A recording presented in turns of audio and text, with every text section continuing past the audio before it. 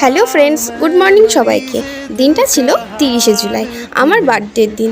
সকাল সকাল ঘুম থেকে উঠে পড়েছি, আর এদিকে দেখছি আমার হাজব্যান্ড অফিস থেকে তাড়াতাড়ি চলে এসে সমস্ত সবজিগুলো কাটতে শুরু করে দিয়েছে। আমি ওকে একটু হেল্প করে দিলাম। আর আজকে আমাদের বাড়িতে আমার বার্থডে বলে সমস্ত দায়িত্ব নিজেই নিয়েছে, তার জন্য সকাল থেকে ব্যস্ত। তারপরে আমি চলে গেলাম স্নান করতে। আমার স্নান কমপ্লিট।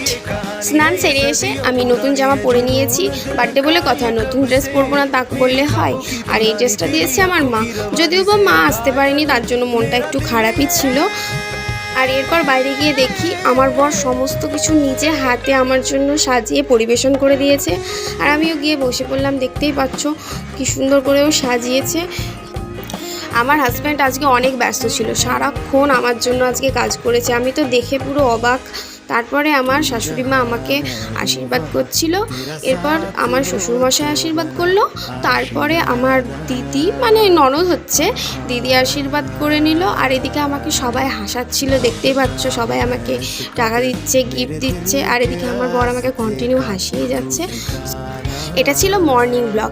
নাইটে আমাদের কেক কাটা হয়েছে, সেই ব্লগটা আমি পরের ভিডিওতে শেয়ার করব। তো ভিডিওটা আমি এখানেই শেষ করছি। টাটা সবাইকে।